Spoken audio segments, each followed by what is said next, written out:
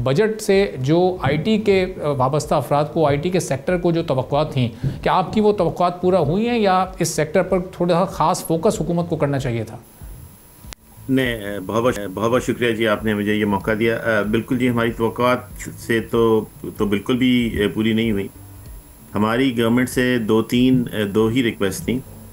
एक हमारी ये रिक्वेस्ट थी कि हम ये चाह रहे थे कि हमारी जो टैक्स पॉलिसी है उसमें कॉन्टीन्यूटी आए। अगर आपको याद हो, हम लोग आईटी इंडस्ट्री पिछले चंद माह पहले DFDI का जो इवेंट हुआ था, डायरेक्ट फॉरेन डायरेक्ट इन्वेस्टमेंट का, उसके अंदर हम लोग $600 मिलियन हमने पाकिस्तान की इकॉनमी में इन्वेस्ट किए थे, करवाए थे फॉरेन कंपनी से।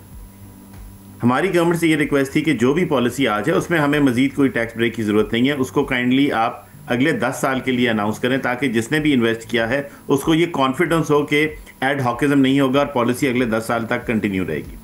गवर्नमेंट ने उसको इग्नोर कर दिया। दूसरा, हमारी इंडस्ट्री की एक बहुत बड़ी डिमांड ये थी कि पाकिस्तान का एक बड़ा स्ट्रेंज सा टैक्स पॉलिसी है, क्योंकि हम पेरोल को बहुत हाईली टैक्स करते हैं, लोगों की सैलरीज को, और आईटी इंडस्ट्री का पेरोल, क्योंकि हमारे तो एसेट्स ही हमारे एम्प्लॉयज़ होते हैं, सो इंक्रीज पेरोल टैक्स का सबसे ज़्यादा कंपेयर टू अदर इंडस्ट्रीज सबसे ज़्यादा इम्पैक्ट आईटी इंडस्ट्री में होता है, क्योंकि हमारे लोगों की बड़े हाईली पेड एम्प्लॉयज़ होते हैं और होते ही एम्प्लॉयज़ हैं, और तो हमारी मशीनें ऐसा कोई नहीं होती। सो हमारा जो टिपिकल बंदा हायर होता है वो तकरीबन जो स्टार्टिंग सैलरी होती है तकरीबन 1 लाख रुपए होता है, और 2-3 साल का एक्सपीरियंस बंदा 2.5-3 लाख 4 लाख रुपए बड़े आराम से कमा रहे होते हैं।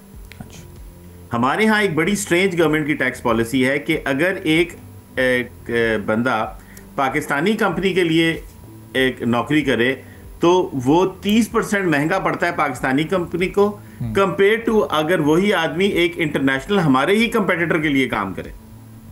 सो इफेक्टिवली गवर्नमेंट की पॉलिसी जो है वो हमारे कंपटीशन को सब्सिडाइज कर रही है बाय अप टू 30%। सो हमारी ये रिक्वेस्ट ये थी कि ये जो इनकंसिस्टेंसी है टैक्स सिस्टम के अंदर, उसको थ्रू पॉलिसी काम करें। टैक्स रेट ऊपर करें नीचे करें, that's up to them. Payroll का टैक्स हमारे ख्याल में सबके लिए काम करना चाहिए, पर अगर वो नहीं कर सकते हो तो पूरे पाकिस्तान के लिए होगा।